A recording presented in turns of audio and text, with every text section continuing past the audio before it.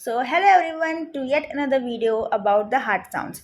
आज हम पढ़ेंगे about the abnormal heart sounds that is the S3 and S4। Previous video में हमने डिस्कस कर लिया about the S1 and S2 heart sound and little about the murmur heart murmur. Stenosis और regurgitation मैंने अपने पुराने वीडियोस में cover किया है, तो प्लीज़ चेक दैट आउट। अभी हम डिस्कस करेंगे about the abnormal heart sounds. Right now please focus on the explanation. At the end of this video notes का स्क्रीनशॉट मैं प्रोवाइड कर दूंगी, तो भी एक्सप्लेनेशन पे ध्यान दें। तो सबसे पहले तो क्या है यहाँ पे S3 हार्ट साउंड। जो S3 हार्ट साउंड है, it may be sometimes it is normal, okay, as in child and pregnancy. ये जो हार्ट साउंड है ये इनमें नॉर्मल होता है, फिजियोलॉजिकल होता है, ठीक है। But it may B, but mostly other age groups में ये पैथोलॉजिकल होता है, ठीक है। तो पहले तो ये होता क्या है, so large amount of blood striking very compliant और distended ventricles produces the S3।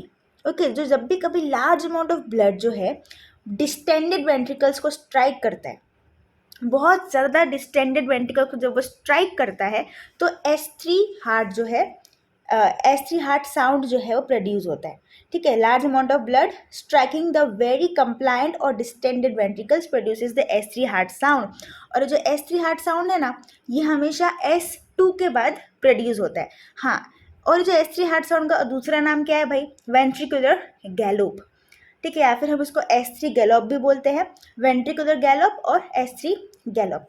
It is produced after S2, ठीक है। तो पहले S1 होगा, फिर S2 होगा, lub dub and then ventricular gallop is heard. It is produced at early filling phase of the ventricular diastole, that's why ventricular gallop. Okay, it is produced after S2. इसके pathological reasons क्या है, heart failure, mitral regurgitation, dilated cardiac myopathy, severe anemia and the thyrotoxicosis. These all are the reasons why this S3 is produced, pathological reasons. अब हम discuss करते हैं about the S4। जो S4 होता है, it is again an abnormal heart sound and it is always pathologically heard. अब ये heard कब होता है, active ventricular filling when the atrial contraction forces the blood into non-compliant ventricles. So get the difference, over here there was distended ventricle and over here it is non-compliant ventricle. So active filling, not passive, active filling of the ventricles when the atrial contraction forces the blood into the non-compliant ventricles. So यहाँ पे जो ventricles थे वो ready नहीं थे for the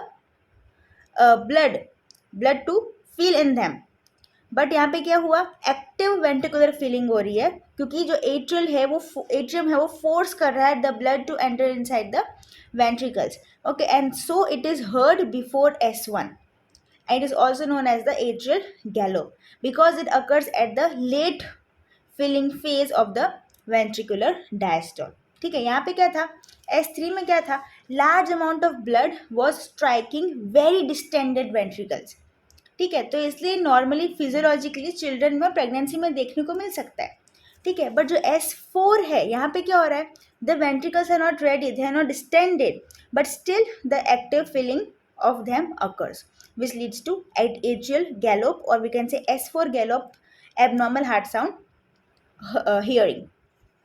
It is produced just before the S1, filling phase of ventricular diastole में हमें सुनाई देता है, and it is always pathological, as seen in the systemic hypertension, hypertrophic obstructive cardiomyopathy and the atrial stenosis. And always remember, जो S3 S4 abnormal heart sound होते हैं ना, वो हमें जो बेल ऑफ द स्टेथोस्कोप होता है हमें वहाँ से वो क्लियर सुनाई देता है, because they are very low in pitch, like वो बहुत ही ज़्यादा माइल्ड उनका आवाज़ होता है, तो इसलिए हम किससे सुनेंगे, बेल ऑफ स्टेथोस्कोप से हम मोस्टली सुनते हैं ताकि हमें क्लियरली सुनाई दे। So till now we discussed about the S3 and the S4 abnormal heart sounds. अब हम डिस्कस करते हैं about the further abnormal heart sound, that is the murmurs.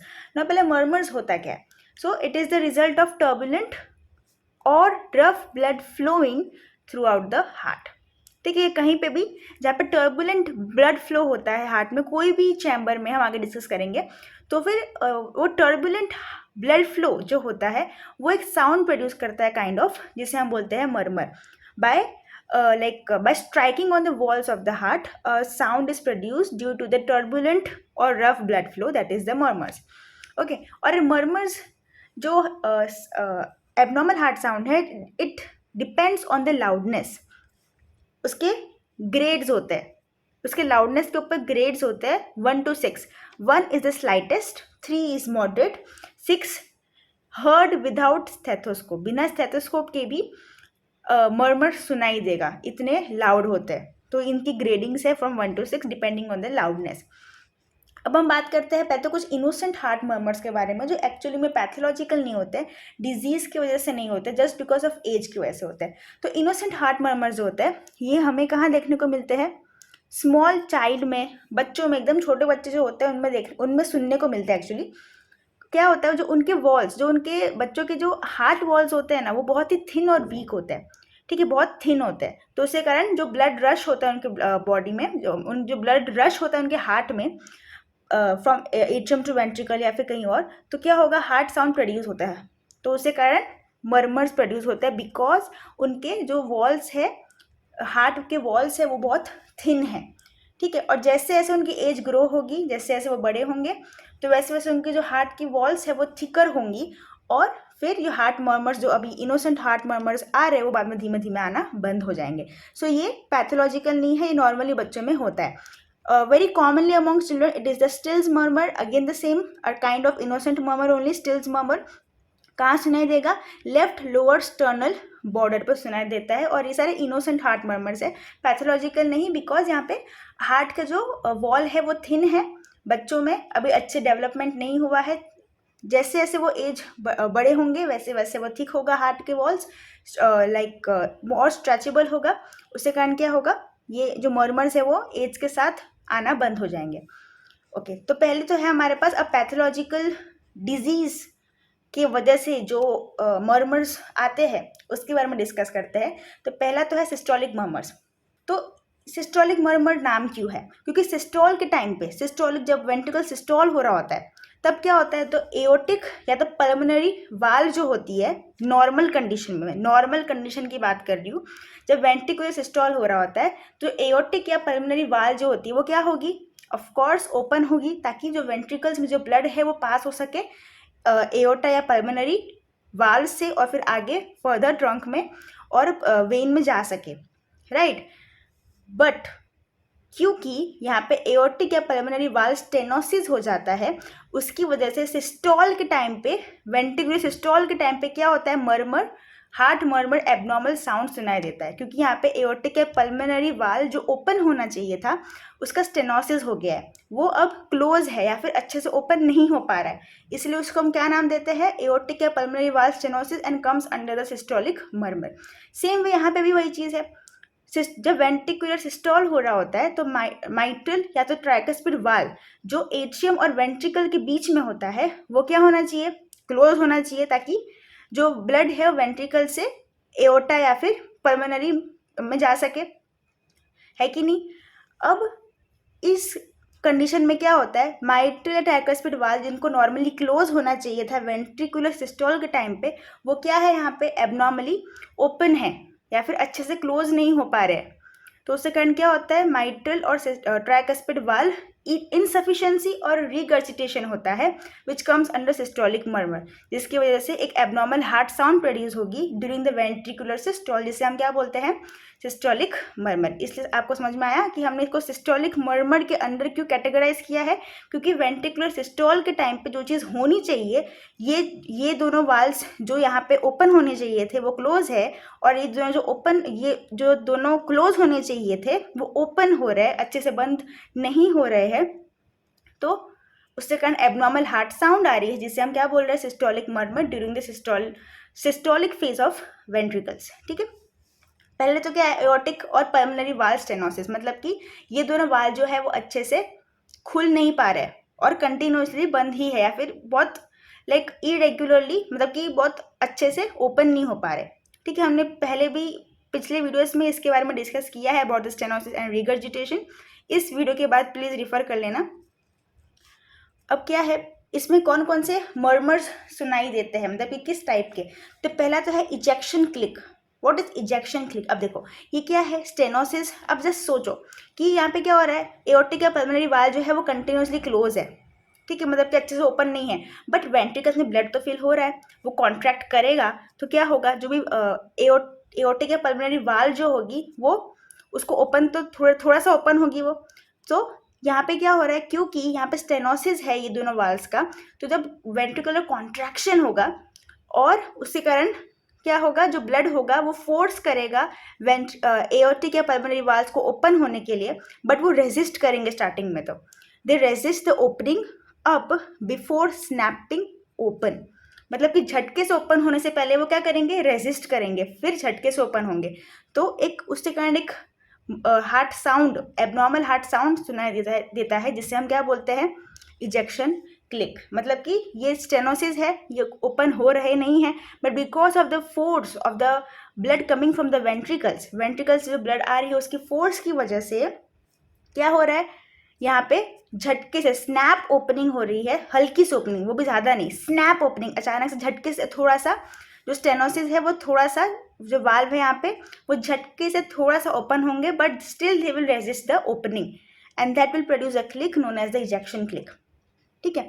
फिर क्या आएगा, इजेक्शन क्लिक आया, उसके बाद आएगा क्रिसेंडो डिक्रिसेंडो मर्मर। अब बिकॉज इजेक्शन क्लिक हुआ मीन्स थोड़ा सा क्या हुआ, जो वाल्व है वो ओपन हुए, पहले उन्होंने क्या किया, रेजिस्ट किया, ठीक है, पहले उन्होंने क्या किया, रेजिस्ट किया, फिर झटके से ओपन हुए, फिर वापस वो क्या करेंगे, खुद को रेजिस्ट करेंगे कि भाई पूरा ओपन नहीं होंगे, थोड़ा सा ही ओपन होंगे, ठीक है। तो क्या होगा, अब इतनी जगह जो बनी है, बहुत छोटी सी जगह जो बनी है, वहाँ से कुछ ब्लड जो है वेंट्रिकल्स से आगे पास होगा, ठीक है, और वो जो ब्लड पास होगा वो स्टार्टिंग में क्या होगा, बहुत ज़्यादा होगा, ये S1 है, ये S2 है, क्योंकि सिस्टोलिक मर्मर की बात कर रहे हैं हम, तो पहले क्या होगा, बहुत ज़्यादा होगा, क्योंकि ब्लड जो है स्टार्टिंग में बहुत फोर्सफुली जाएगा, तो पहले क्या होगा, ज़्यादा आवाज़ आएगी, ज़्यादा मर्मर साउंड आएगा, क्रिसेंडो। फिर क्या होगा, धीमे धीमे वो स्लो डाउन होगा, तो डिक्रिसेंडो।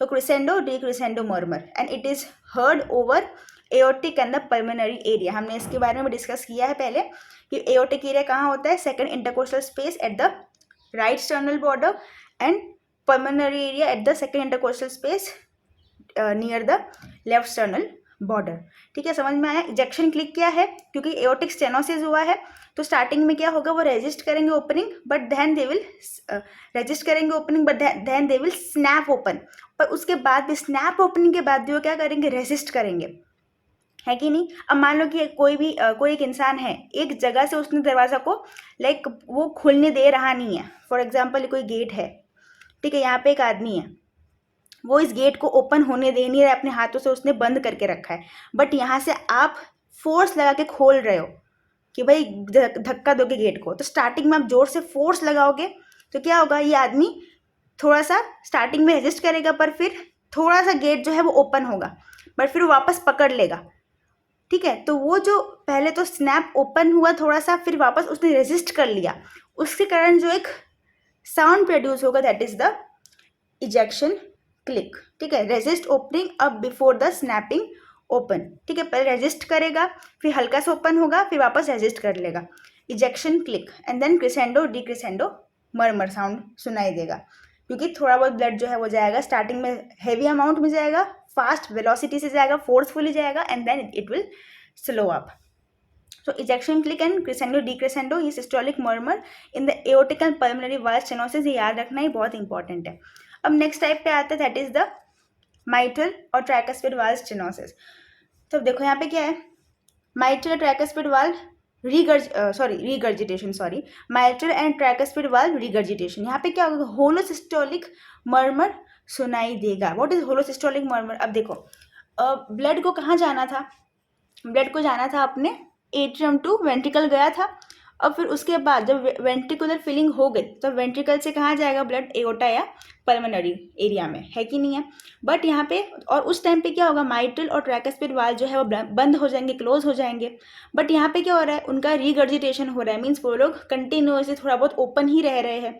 अब वो क्योंकि थोड़ा बहुत ओपन ही रह रहे हैं तो थोड़ा बहुत ब्लड कहाँ जाएगा, एट्रियम में भी जाएगा, क्योंकि ये माइट्रल और ट्राइकस्पिड वाल जो एट्रियम और वेंट्रिकल के बीच में होते हैं और क्लोज हो जाते हैं during the ventricular systole, but वो स्टिल ओपन है थोड़े बहुत, तो ब्लड कहाँ जाएगा, वापस एट्रियम में जाएगा कि नहीं जाएगा, जाएगा वापस एट्रियम में जाएगा। तो उसके कारण जो थोड़ी बहुत जो ब्लड धीमे धीमे जा रहा है एट्रियम में भी, that will produce a sound और murmur, that is a holosystolic murmur, which is best heard over the fourth intercostal space at the left sternal border, which is the tricuspid area, and also at the, और mitral का देखना हो तो सुनना हो तो fifth intercostal space in the left side in the mid clavicular area, which over there is the mitral area.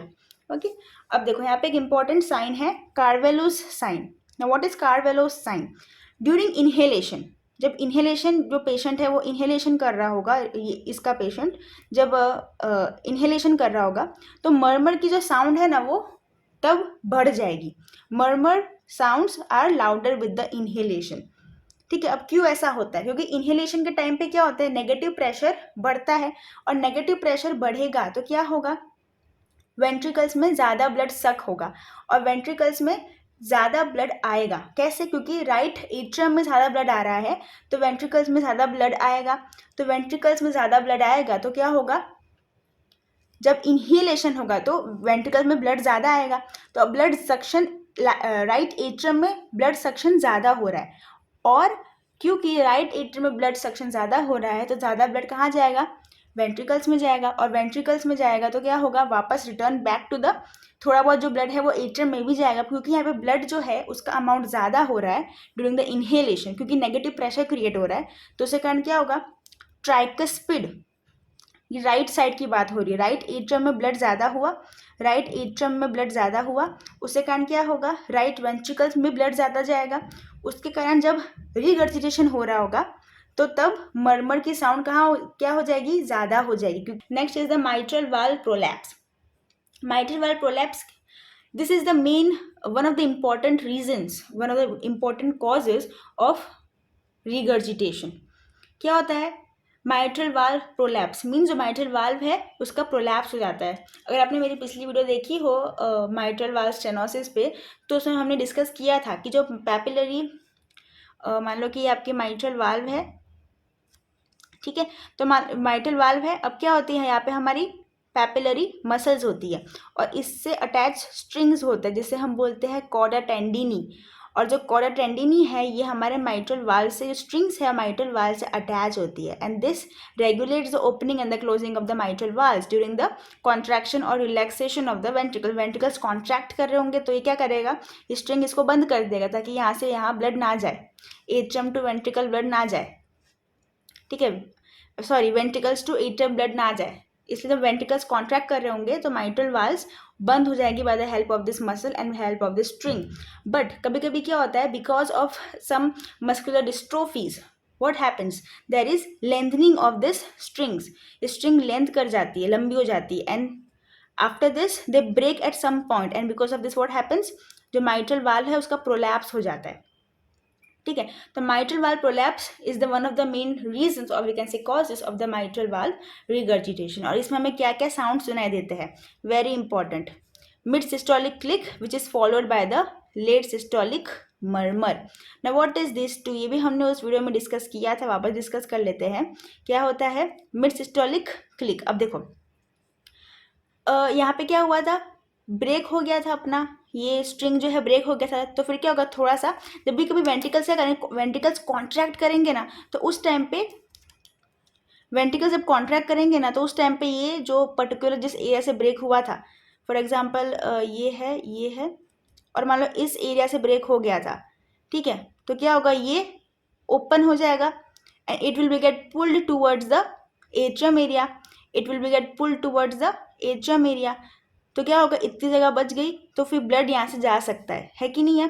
तो अब क्या होता है, देखो जब भी वेंट्रिकल्स कॉन्ट्रैक्ट करेंगे ना, वेंट्रिकल्स कॉन्ट्रैक्ट करेंगे उस टाइम पे माइट्रल वाल्व को बंद होना था, बट बिकॉज यहाँ पे दिक्कत हो गई है तो क्या होगा, वेंट्रिकल्स कॉन्ट्रैक्ट करेंगे तो फटाक से, बहुत ही फटाक से क्या होगा, ये दोनों वाल्व्स है, अब क्योंकि ये ब्रेक हो गया, वेंट्रिकल्स कॉन्ट्रैक्ट कर रहे हैं, तो फिर क्या होगा, ये जो माइट्रल वाल्व ये वाली है ये क्या होगी, फटाक से ओपन हो जाएगी, है कि नहीं, क्योंकि वेंट्रिकल्स कॉन्ट्रैक्ट कर रहे हैं, फटाक से ओपन हो जाएगी, बट ये फुल तरीके से ओपन नहीं होगी। क्यों?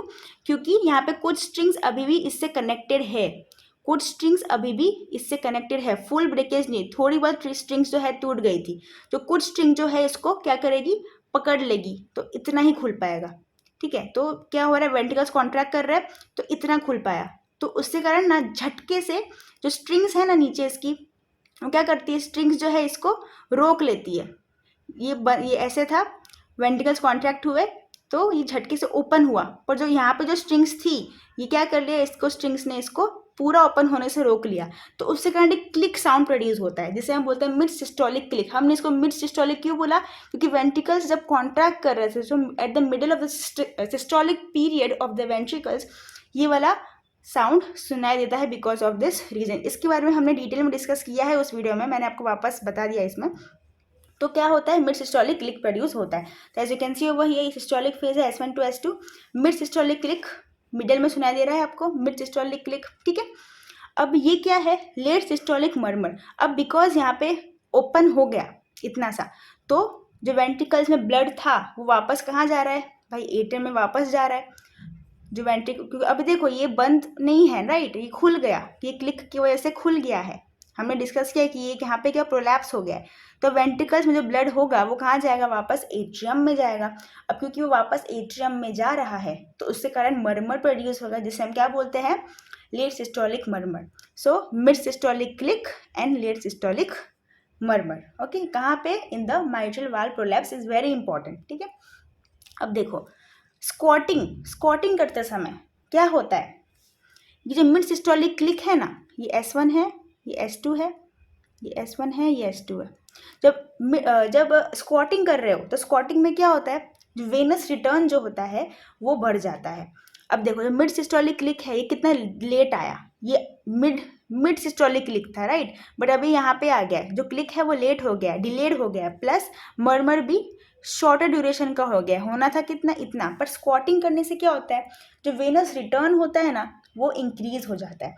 अब क्योंकि वेनस रिटर्न क्या हो गया, इंक्रीज हो गया, तो वेंट्रिकल में ब्लड क्या होगा, ज़्यादा अमाउंट में आएगा, है कि नहीं है, प्रीलोड इसका बढ़ गया। अब वेंट्रिकल्स में ज़्यादा अमाउंट ऑफ ब्लड आएगा, प्रीलोड बढ़ चुका है, तो क्या होगा, जो माइट्रल जो भी वाल्व्स होंगी ना यहाँ पे, उसको थोड़ी स्पेस मिल जाएगी।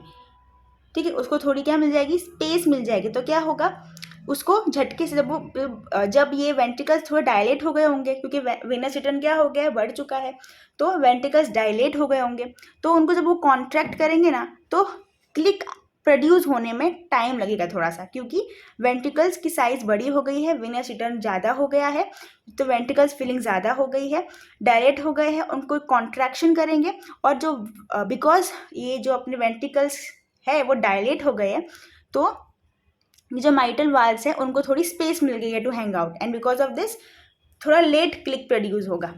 एंड ऑपोजिट थिंग, और ऑफकोर्स लेट क्लिक प्रोड्यूस होगा तो ये मर्मर भी शॉर्टर ड्यूरेशन का होगा ड्यूरिंग द सिस्टोल फेज। अब देखो स्टैंडिंग में क्या होता है, वेनस रिटर्न क्या हो जाता है, venous return during the standing कम हो जाता है, तो टोटली ऑपोजिट चीज़ होगी यहाँ पे, क्योंकि यहाँ पे वेनस रिटर्न जो है वो कम हो गया है ड्यूरिंग द स्टैंडिंग पोजिशन, तो क्या होगा, कम ब्लड आएगा वेंट्रिकल्स में, तो उसके कारण क्या होगा, वेंट्रिकल्स इनफ डायलेट नहीं होंगे, उसके कारण क्या होगा, ये जो माइटल वाल्व्स है, तो जब माइटल वाल्व्स एकदम पास में ही होंगे, जगह उनको पूरी नहीं मिलेगी, और जब वेंट्रिकल्स फटाफट, क्योंकि ब्लड क्या है, ब्लड वेंट्रिकल्स में कम है, तो फटाक से कॉन्ट्रैक्ट करेंगे, तो फटाक से क्लिक प्रोड्यूस होगा, क्योंकि वेनस रिटर्न कम है यहाँ पे, प्रीलोड कम है यहाँ पे, तो क्या होगा, क्लिक पहले प्रोड्यूस हो जाएगा और फिर मर्मर जो है लॉन्ग चलेगा। ठीक है, अब नेक्स्ट क्या है, HOCM, that is hypertrophic obstructive cardiomyopathy. इसमें भी हमें क्या देखने को मिलता है, सिस्टोलिक मर्मर। अब देखो ये भी हम डिस्कस करेंगे इन आर कार्डियोमायोपैथी वाले वीडियो में, बहुत जल्दी ही वो वीडियो अपलोड होगी, उसमें हम डिस्कस करेंगे अच्छे से। यहाँ पे समझ लो अबाउट द HOCM। अब देखो HOCM क्या है, this comes under the hypertrophic cardiomyopathy के अंदर में ही आता है। अब देखो जो भी हार्ट होता है, हाइपरट्रोफी जो हार्ट होती है, सो हाइपरट्रोफी में क्या होता है, जो मसल्स होते हैं ना हार्ट के, वो थिक हो जाते हैं प्लस स्टिफ हो जाते हैं, और वेंट्रिकल्स कंपेरेटिवली जो चैम्बर्स है वेंट्रिकल्स का वो बहुत छोटा हो जाता है compare to the hypertrophied walls of the heart. ठीक है, तो अब क्या होता है इसमें, क्योंकि यहाँ पे जो है इंटरवेंट्रिकुलर सेप्टम, अब आपको पता हो, हम उसमें उसमें अच्छे डिस्कस करेंगे, यहाँ पे हम बहुत डिटेल में नहीं जाते हैं वरना फिर बहुत लंबी वीडियो हो जाएगी, उसमें बहुत अच्छे डिस्कस करेंगे। यहाँ पे बस इतना समझ लो कि जो मान लो कि ये हार्ट है, ठीक है, हार्ट में जो इंटरवेंट्रिकुलर सेप्टम होता है ना, ये देखो ये जो चैम्बर्स हैं ये बहुत छोटे हो जाएंगे, और जो इंटरवेंट्रिकुलर, और ये रहा हमारा राइट, ठीक है, तो जो मोस्टली हाइपरट्रोफी होती है लेफ्ट वेंट्रिकल्स में, तो जो इंटरवेंट्रिकुलर सेप्टम होगा ना, इंटरवेंट्रिकुलर सेप्टम और जो फ्री वॉल होगा, ये दोनों बहुत ही थिक हो जाएगा, और इंटरवेंट्रिकुलर सेप्टम का जो थिकनेस होता है ना ये ज़्यादा होता है, और फ्री वॉल का थोड़ा कंपेरेटिवली इससे कम होता है। ठीक है, तो क्या होगा, ये जो HOCM में क्या होता है, इंटरवेंट्रिकुलर सेप्टम बहुत ठीक है। तो अब देखो जब भी कभी जब वेंट्रिकल्स कॉन्ट्रैक्ट कर रहे होंगे तो जो यहाँ जो वेंट्रिकुलर आउटफ्लो होती है, जहाँ से वेंट्रिकुलर आउटफ्लो होगी, फिर वो कहाँ जाएगा, लेफ्ट, मोस्ट मैंने कहा कि लेफ्ट वेंट्रिकल्स में हाइपरट्रोफी दिखाई देता है मोस्ट कॉमनली, तो वो कहाँ जाएगी, एओर्टा में जाएगी। ठीक है, तो एओर्टा वेंट्रिकुलर आउटफ्लो की जगह पे क्या होता है, इसका बल्जिंग हो जाता है, या फिर ये जो इंटरवेंट्रिकुलर सेप्टम है, जब वेंट्रिकल्स कॉन्ट्रैक्ट कर रहे होते हैं ना, तो फिर जब वेंट्रिकल्स की जो आउटफ्लो होती है ना, वो वहाँ पे उसके रास्ते में आ जाता है, इतने ज़्यादा मसल्स वहाँ पे थिक हो जाती है कि वो उनके रास्ते में आ जाते हैं। उसकी वजह से क्या होता है, बहुत ही ज़्यादा थिन जगह बचती है for the ventricular outflow. Ventricular outflow होने में बहुत ही ज़्यादा थिन जगह बचती है, तो उसके कारण क्या होता है भाई, एक इफेक्ट प्रोड्यूस होता है जिसे हम बोलते हैं वेंटूरी इफेक्ट। वेंटूरी इफेक्ट, इसके बारे में हम डिस्कस करेंगे आगे। वेंटूरी इफेक्ट, अब वेंटूरी इफेक्ट क्या होता है, क्योंकि यहाँ पे बहुत पतली जगह क्रिएट हो गई थी तो नेगेटिव प्रेशर जनरेट होगा, और जो माइट्रल वाल्व है वो टोटली शट कर देगा वेंट्रिकुलर आउटफ्लो को, जिसकी वजह से क्या होगा, जो वेंट्रिकुलर आउटफ्लो है वो एकदम ही कम हो जाएगी, राइट। और उसकी वजह से क्या होगा, बहुत ही थोड़ी जगह बचेगी, और उसी को हम क्या बोलते हैं, HOCM, क्योंकि यहाँ पे माइट्रल वाल्व ने वेंट्रिकुलर आउटफ्लो को ऑब्स्ट्रक्ट कर दिया, and that is known as a hypertrophic obstructive cardiomyopathy. ठीक है, इसको अगर आपको अच्छे समझ में नहीं आया है, हम आगे अच्छे से डिस्कस करेंगे पूरे फुल डायग्राम के साथ। अभी सिर्फ आप यहाँ पे ये समझ लो, क्योंकि इंटरवेंट्रिकुलर सेप्टम ठीक हो गया है, तो जब वेंट्रिकल्स कॉन्ट्रैक्ट करेंगे तो फिर वो थोड़ा बहुत बल्ज हो जाएगा या फिर रास्ते में आ जाएगा इन द वेंट्रिकुलर आउटफ्लो के, और उसकी वजह से क्या होगा, एक वेंटरी इफेक्ट जनरेट होगा, जिसकी वजह से माइट्रल वाल्व जो है वेंट्रिकुलर आउटफ्लो को ऑब्स्ट्रक्ट कर देगा, that is known as the HOCM। तो अब क्योंकि बहुत ही ज़्यादा पतली जगह बची है फॉर द वेंट्रिकुलर आउटफ्लो, क्योंकि माइट्रल वाल्व बीच में आ गया है, तो क्या होगा, सबसे पहले तो बहुत ही ज़्यादा रश से, बहुत ज़्यादा तेज़ वेलोसिटी से क्या होगी, वेंट्रिकल से ब्लड जो है बाहर जाएगी एओर्टा की तरफ, तो इसलिए क्या आएगा, पहले क्रेसेंडो एंड देन कम होगा तो decrescendo murmur, crescendo then D crescendo.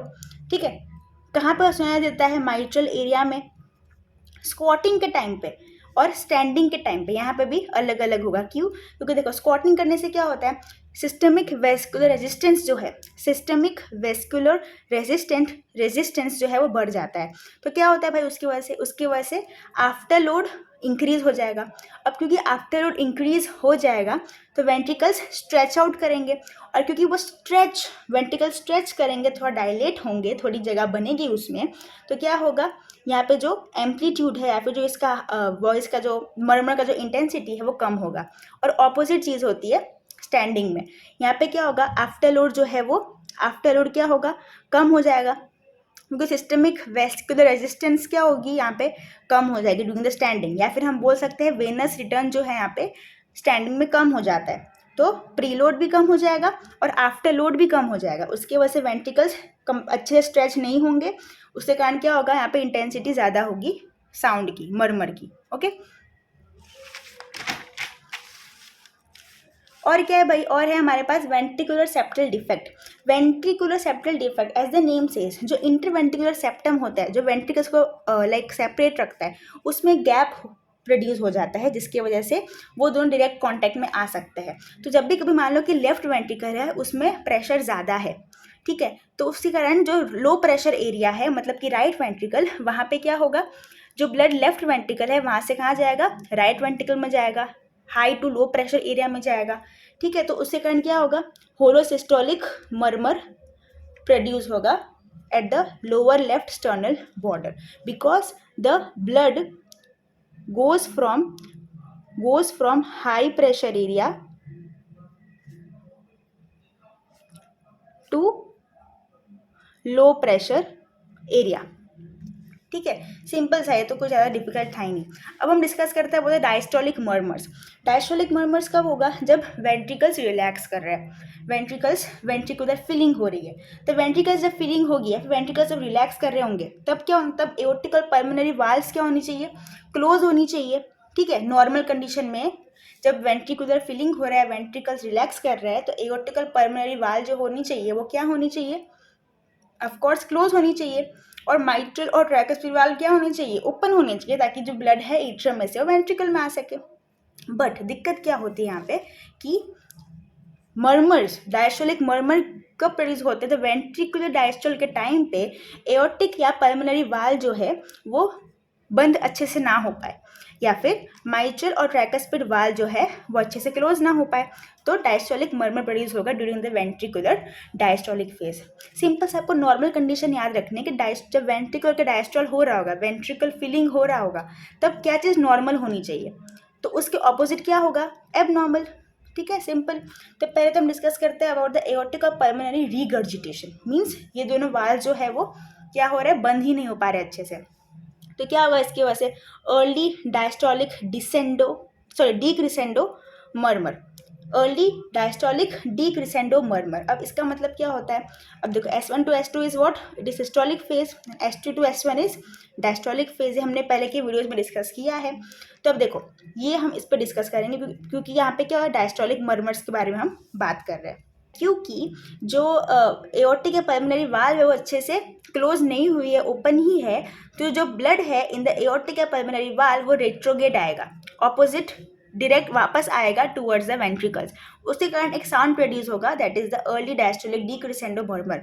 Means ये कब हो रहा है? ड्यूरिंग द डायस्टोल या फिर filling phase of the ventricles, जब एओर्टिक या पल्मोनरी वाल्व को क्लोज होना था बट वो ओपन है, तो उसके कारण क्या होगा? Early diastolic means early diastolic phase में ऑफ द वेंट्रिकल्स डिक्रिसेंडो मर्मर सुनाई देगा because of the retrograde movement of the blood from the aorta or pulmonary area towards the ventricles. Simple. अब देखो माइट्रल और ट्राइकस्पिड वाल्व स्टेनोसिस है. अब इसमें क्या होता है? That is opening. अब देखो यहाँ पे ट्राइकस्पिड माइट्रल वाल्व जो है उसको ओपन होना था जब वेंट्रिकुलर फिलिंग हो रही है. ऑफ कोर्स एट्रियम कॉन्ट्रैक्ट करेंगे ताकि जो ब्लड है एट्रियम से वो वेंट्रिकल में जाए, तो इन दोनों को तब ओपन होना था, बट क्लोज है वो लोग. तो क्या होगा? क्योंकि माइट्रल वाल्व भी जिद्दी है, ट्राइकस्पिड वाल्व भी जिद्दी है, यहाँ पे वो ओपन ही नहीं होंगे. बट एट्रियम भी कम नहीं है, वो कॉन्ट्रैक्ट तो करेगा अपनी फुल ताकत से, क्योंकि तब वो कॉन्ट्रैक्ट करेगा ना, तो जो वाल्व्स है ना वो थोड़े से दे विल ओपन स्नैप, झटके से थोड़ा सा ओपन होंगे, बट फुल ओपन नहीं होंगे. सो ओपनिंग स्नैप एक साउंड प्रोड्यूस होगा at the starting of the diastolic phase. ठीक है, डायस्टोलिक फेज में स्टार्टिंग में वो साउंड प्रोड्यूस होगा, ओपनिंग स्नैप. बट यहाँ पे क्या हुआ? पूरी तरीके से ओपन नहीं हुआ है अपना माइट्रल ट्राइकस्पिड वाल्व, तो there will be diastolic rumble sound produce over here और हर्ड ओवर हियर. जब धीमे धीमे जो थोड़ा बहुत जो थोड़ी जगह है वहाँ से ब्लड जाएगा from the atrium to ventricle, that will produce diastolic rumble. जो ब्लड है from the atrium to ventricle, थोड़ी सी जगह जो है वहाँ से धीमे धीमे जाएगा and that will produce diastolic rumble. पर कभी कभी क्या होता है, जो माइट्रल स्टेनोसिस है ना, it is mistaken with the Austin Flint murmur. अब वो कैसे? पहली बात है ऑस्टिन फ्लिंट मर्मर होता क्या है और ये क्यों हम माइट्रल स्टेनोसिस से मिस्टेक कर देते हैं? क्योंकि ऑस्टिन फ्लिंट मर्मर में होता है aortic regurgitation and that too very severe condition. यहाँ पे माइट्रल स्टेनोसिस नहीं है, एओर्टिक रीगर्जिटेशन है और भी सीवियर कंडीशन में. और क्योंकि वो सीवियर कंडीशन में है तो क्या होगा? Jet of blood forces the mitral valve to shut. ठीक है, तो जब वेंट्रिकुलर फिलिंग का फेज है, जब माइट्रल वाल्व को ओपन होना चाहिए, but because aortic regurgitation severe condition में है और जेट ऑफ ब्लड क्या कर रहा है? फोर्स कर रहा है माइट्रल वाल्व को क्लोज करने में, तो क्या होगा? माइट्रल वाल्व अच्छे से ओपन नहीं हो पाएगा. उसके कारण क्या होगा?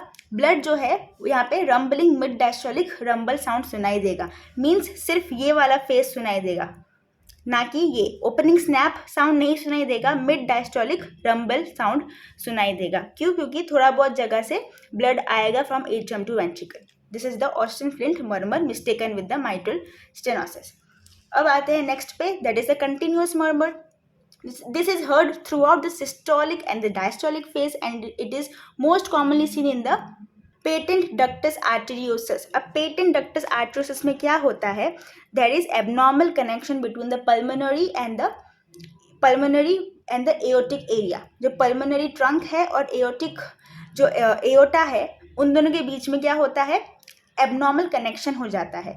और बिकॉज एन एबनॉर्मल कनेक्शन हो जाता है, अब क्योंकि वो दोनों में एबनॉर्मल कनेक्शन हो गया और जो एओटा है उसका प्रेशर कितना होता है 120/80 mm ऑफ मर्क्यूरी, और जो पल्मोनरी एरिया होता है, पल्मोनरी ट्रंक एरिया होता है, उसका अराउंड 25/5 mmHg प्रेशर होता है.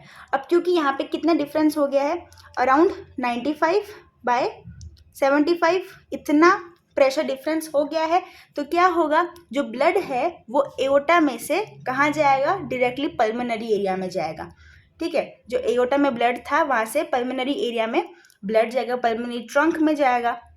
जो पल्मोनरी जहाँ से जो राइट वेंट्रिकल्स से जो पल्मोनरी ट्रंक निकलती है वहाँ पे वो जाएगा. कंटिन्यूसली एओटा में से ब्लड कहाँ जाएगा, पल्मोनरी एरिया में.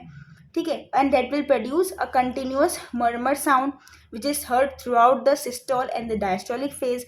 क्यों? क्योंकि यहाँ पे क्या हो रहा है, ब्लड जा रहा है from the higher pressure area to the lower pressure area during the PDA, that is the patent ductus arteriosus, when these two are abnormally connected to each other, and this will produce the abnormal movement of the blood from the higher pressure area towards the lower pressure area, and this will produce continuous murmur sound.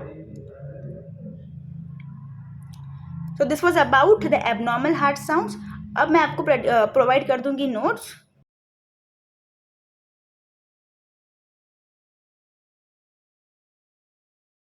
So I hope you found this video helpful.